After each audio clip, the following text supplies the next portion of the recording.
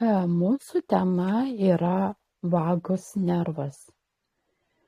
Ir dabar tu grįžk į save, matyk save, kai tu gimsti. Ir mums reikia pažiūrėti, ką iš tikrųjų daktarai daro su to vagus nervas. Ar jis iš tikrųjų yra nulaužiamas. Kaip tai atrodo fizinėje erdvėje. 3, 2, 1. Kai klausiu, ar jis nulaužiamas, tai ateina atsakymas iš karto taip. Ir kai klausiu, kaip fizinėje plotmėje atrodo, tai matau tą mažą kūdikėlį, toks kaip pupa. Kaip pupa taip suspausta, žinai. Ir aš girdžiu, jaučiu, kaip mano tą stuburiuką taip kažkaip pirštų priliečia ir taip kaip kaip tokį padaro tokį dar didesnį lenkimą ir padaro taip krakšt, toks kakšt.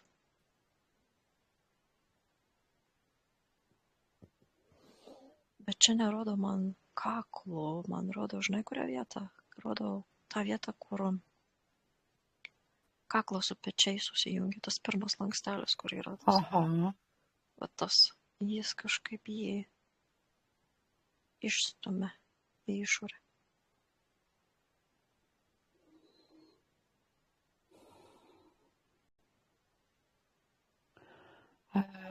Ar daktarai jie žino, kodėl tai daro? Taip.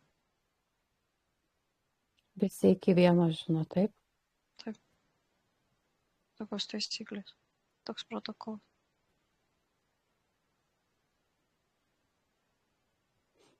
Tai visi tada yra raptai, visi be širdies. Ir jie vienas kitos stebi. Žiūri, kad būtų tai padaryta. Jeigu nepadarys, tai priduos. Oho.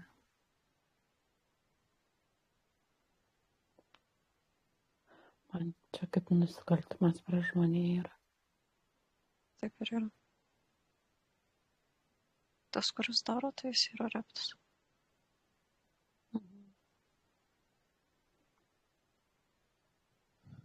Ir tada tavo klausimas buvo, kodėl tai daro.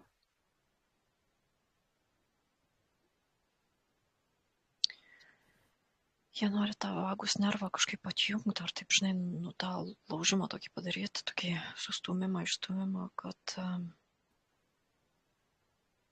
iš esmės tai jiems nesvarbu, kurį tą slankstelį ten jie išstums, ten gali būti ir kakle kažkuris, ar kažkaip. Jiems svarbu, kad jie išstums kažką, jie ten traišku, net neatsisuka, net negalvoja per daug. Jeigu ten išsistumia 2 ar 3, tai jiem visiškai tas pats. Jie negalvoja. Bet jų tikslas tai yra, kad išstumt, kad nebūtų to augimo, to vystymosi, tos pradėtų va tokius ligos pult. Tas, matai, klajoklinis nervas, jis atsakingas už daug organų veiklų. Nori, kad kažkur kažkas sutriktų, būtų ligos, kad nebūtų to pilnatviško tokio organizmo, kūno veikimo. Balansavimo tarp tų organų. Kažkur būtų trukdžiai, trūkumas kažkoks, stagnacija. Jeigu ligos išsivysto, tai jiems super iš viso jėga. Labai džiaugiuosi. Šakės.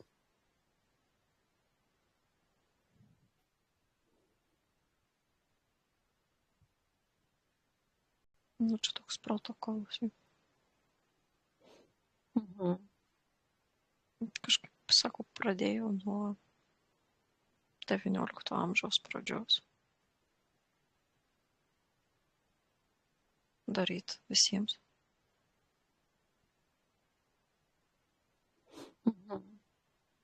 Čia iš valdžios atėjo toks įsakymas. Šraptų.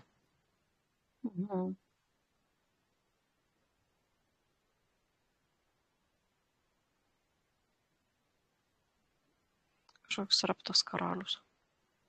Tai šiandien taip priejau, taip sėdės tam savo krėslę, taip priejau, pasižiūrėjau. Bet jis ten buvo toks varliai karalienė kažkoks, bet vyras, bet toks reptilis.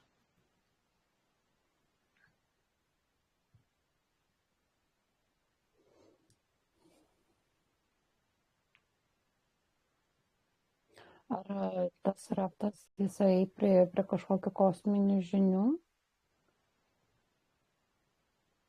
Kaip jiems susišvietė iš viso tai?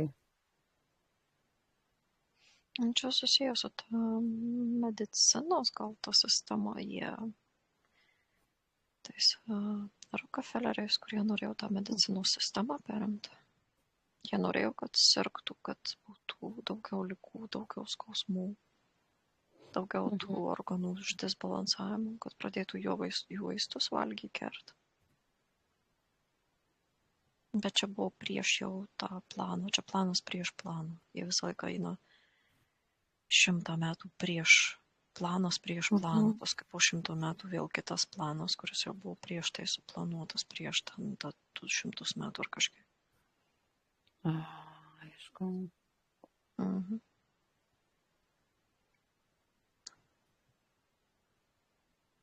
Ir dabar, jeigu paimtum žmogų, kuriam nėra nulaužti jokie slanksteliai.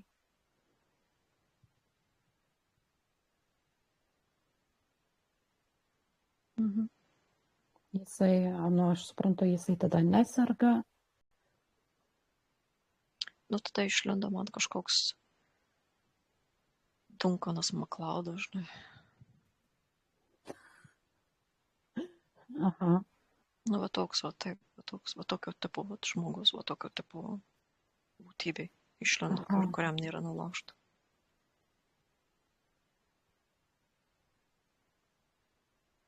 Tada atrodo kažkokios tas technologijos aukštos, laisva energija, levituojančius kažkokius aparatus.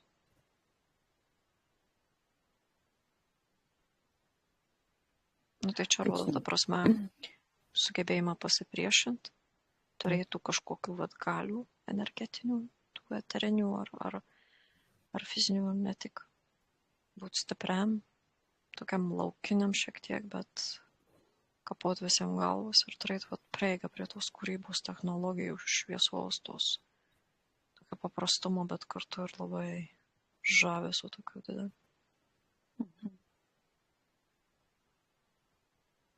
Bet man rodo, kad čia nesmė. Sako, nesupraskit, kad čia tas kūnas yra tik tai eksperimentuojama mašina, sakykime taip, eksperimentinė mašina. Jie laužo vienaip, jie daro kitaip, vėliau bus kitoks kūnas arba kitokia išraiška, kur ten jie mus dėsi tą pasąmonę į ką nors, ar į kažkokią technologiją, ar į kažkokį artificial, ar bet kur. Jie toliau, jie kažkaip nori tą kūną, iš vis nunulint, tarsi kaip eitume prie to, kad tas kūnas jau, ta civilizacija, mūsų žmogiško šito kūno, kaip į pabaigą jau eitų, jie nori jį iš viso panaikinti. O kad jį panaikinti, reikia kuo daugiau sumažinti populiacijos, resetą vėl padaryti ir kažkaip pamažu pakeisti kažko kitu jau, kas jau ir yra tie robotai, klonai visokie ir panašiai. Taip.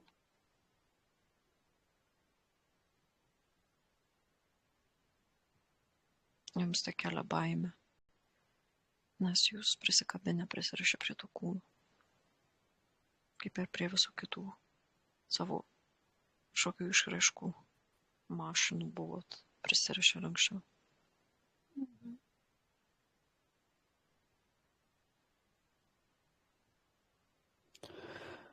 Aš manau, kad mes norime eiti savo evoliucijos kelionę kažkieno suplanuotų.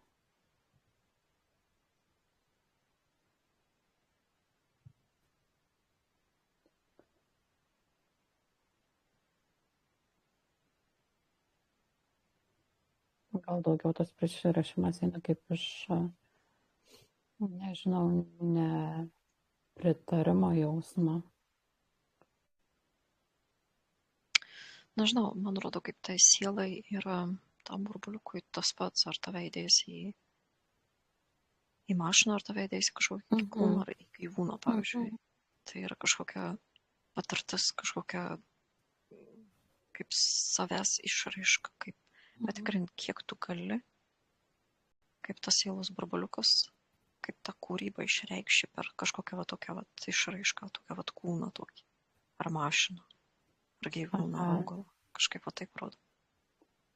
Bet kaip man įdomu tas aspektas, pavyzdžiui, sielai yra nesvarbu, avatarai nesvarbu, bet tai ne tos dalys gyvena, aš gyvenu, ta prasme.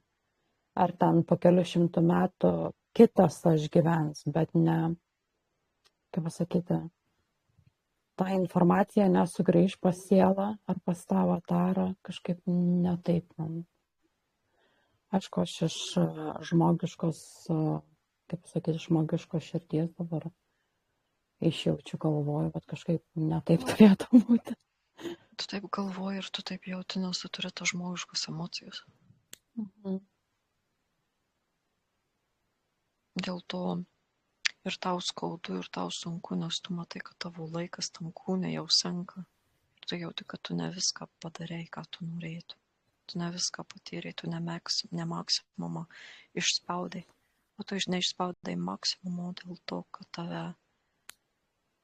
užvarė ligom, atėmė atmintį, uždarė resursus, įkišo į tokią situaciją, matrica sudėliojo tokius planus, davė tokius tėvus, tokius vaikus, tokius partnerius, tokius resursus. Turėtų pagal viską būti ne taip. Dėl to kyla tas pasipriešinimas, tas resistance, kovota. Nes visi tą patį jaučia ir jie nori padaryti maksimumą ir šviesą tam kūne. Mes taip užprogramuoti. O mus dar tik labiau spaudžia. Dėl to yra tas pasipriešinimas. Pasipriešinimas nėra blogai, prisirišimas yra blogai.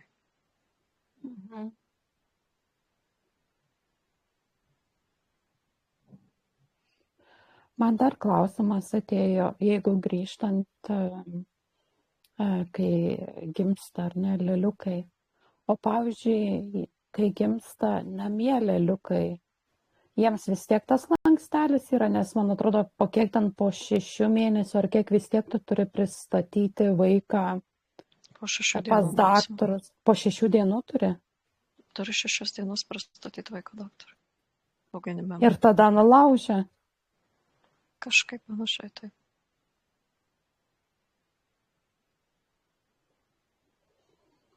Ten yra toks pirštų kažkokio, kažkaip pirštais tam taip padaro.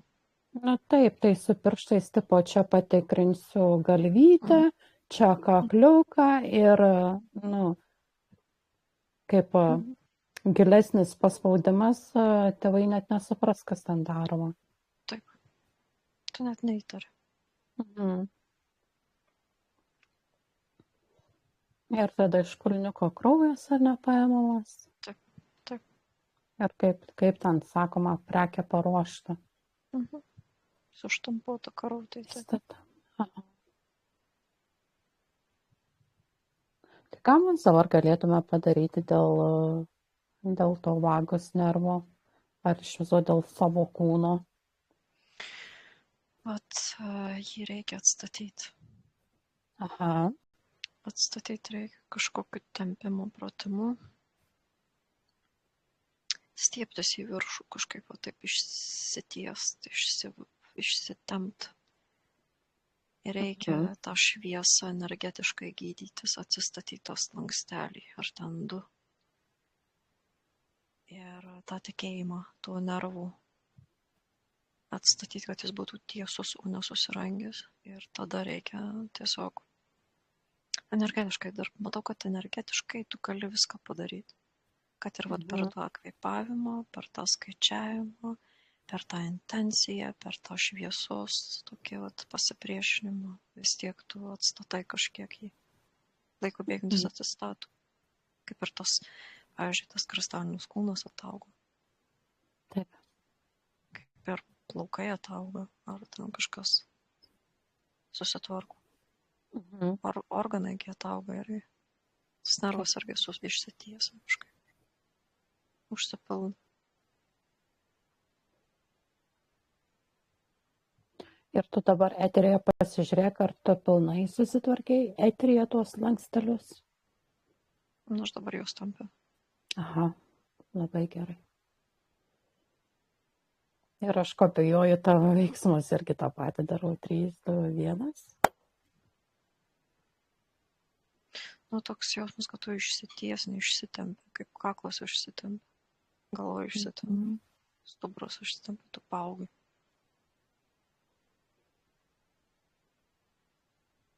Aš dar, nežinau, čia gal iš viso nesu tema susiję, visur labai yra žemai padaryti tie stalvirčiai, darbalaukiai. Atrodo, mano aukštam žmogui visada reikia kažkaip pasilenkti.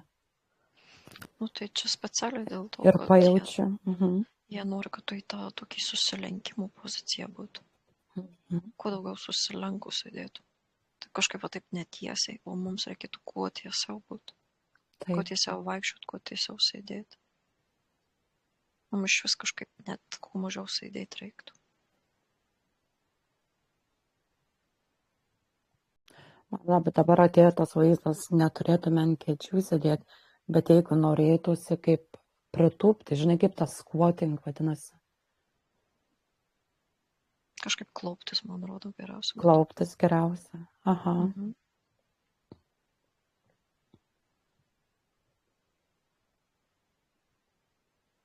Kaip parodo tie Egipto, ten tie faraonai, ten tie dievai, klaupdavosi, klūpėdavo.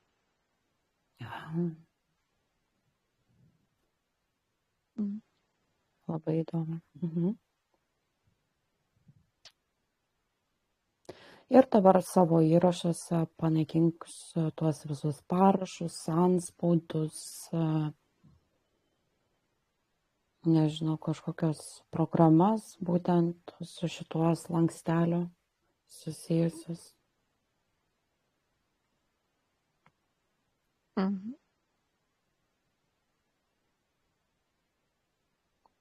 Nes jeigu tėvai atnešė laiką, tai kaip ir yra gautas sutikimas. Ir tamka. Bet čia yra tokia sistema. Jeigu tu net neši, tai vaikų teisės atvarys. Taip, dar blogiau bus tau. Dėl to čia reikia sistemą sunaikinti medicinos, kokia dabar yra. O kad ją sunaikinti, reikia ją apeiti per politiką, per kažkokias kitokias technologijas. Gudriai reikia apžaisti, kaip lapėjimo apeit ratu.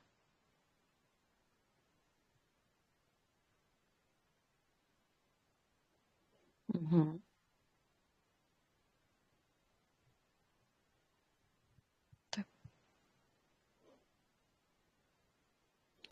Ir jeigu tu dabar gali pasikviesk Sirijuką, sutvarkyk tuos lankstelius ir taip pat panaikink visus įrašus, parašus, sutikimus 3, 2, 1. Taip. Aha, labai gerai. Ar yra dar kas, ką nori parodyti šitą temą, tavo pasąmonę?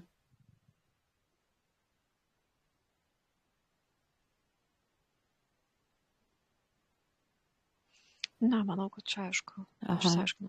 Aha, labai aišku, tada pametėk visiems burbuliukus, taip, kad stieptųsi, auginti savo šviesą, ar ne? Labai labai tau dėkoju.